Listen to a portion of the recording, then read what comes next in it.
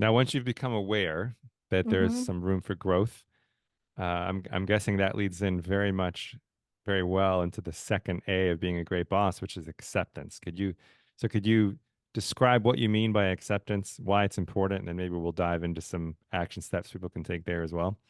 Sure. So awareness, I try to define it more at the high level. So aware that there's a problem, aware of the impact that you have when you make mistakes, and some of the traps that you fall into them. And then acceptance is when you look in the mirror and you're like, you accept what are the individual bad boss traits that you have and which are the ones that you're going to focus on. So it's much more straightforward, this step. This is taking an assessment. We have a free assessment tool that you can take on our website, or just looking at the 10 types of bad bosses the way I define them or anyone defines them. There's other people out there who define them differently. And really just looking in the mirror and accepting, okay, raising my hand. Like in that situation, the story that I told you, I was probably being a micromanager. Mm. I wasn't being an unappreciator because I was good at something like that. And there was a couple other types of bad bosses that I probably was. I was probably the pretender, acting like everything was sunshine and roses and not sharing the truth with them. So accepting, okay, these are the three types of bad bosses that I was, or that, and then moving on to the third step. Mm. So I'm just kind of running through my mind like why this would be so important. I mean, I could see one thing just very immediately where if somebody becomes aware of an area for growth and they have a hard time accepting that, then it could easily just turn into a pity party or, you know, self-defensiveness.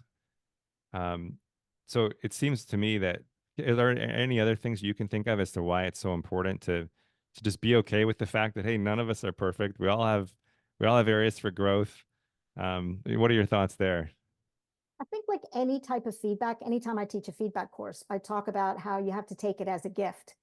And to Mm, me, that is a gift. Because if someone, that when that very brave employee told me that I was doing that wrong, I didn't get angry with them. I could have like denied it and said, "What are you talking about? I'm not doing anything wrong." I was so appreciative of it. And I think if more bosses, as you said, would just accept that, we're human and we're going to make mistakes. I did a talk the other day and I had a big L on my slide saying, you're not a loser when you're a bad boss. You are a human managing humans. And mm, you have to not see it as a sign of weakness, but see it as an opportunity and a strength. mm. Well, I think I was going to ask if you had any other specific tools for helping people, and maybe you do, but I think those are some good insights right there of just ways to approach the awareness with acceptance. Are there any other suggestions you would have for how, especially my experience has been, and I would imagine this is the same for you, that generally the lower somebody is on the self-awareness spectrum, the less likely they are to accept uh, bad news, particularly about themselves.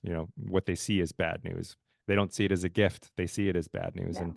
Yeah. um, so I would imagine there's going to be a variety of people in terms of how they respond to getting this news. You have somebody who is self-aware, who wants to grow, who sees it as a gift.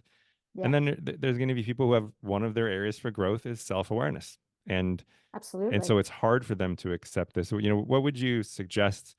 What could that person do or their immediate supervisor do to help them maybe if if they're having trouble accepting that there's some room for growth in their leadership abilities.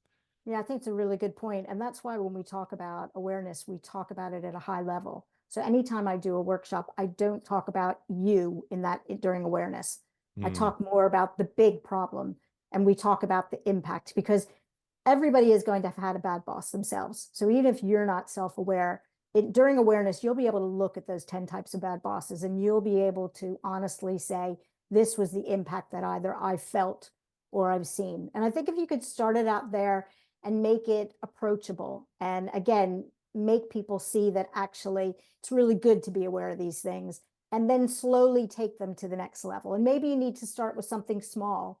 Anything can change. If you start with something really big, they're never going to accept it. But it might be something like one of the bad boss types is the hoarder, someone who mm, doesn't share information. So, if you find that this person is a hoarder, you get into the conversation and you really get to the root cause of it. Why are you not sharing information? And a lot of times it's either they don't have the time, they don't have the skills.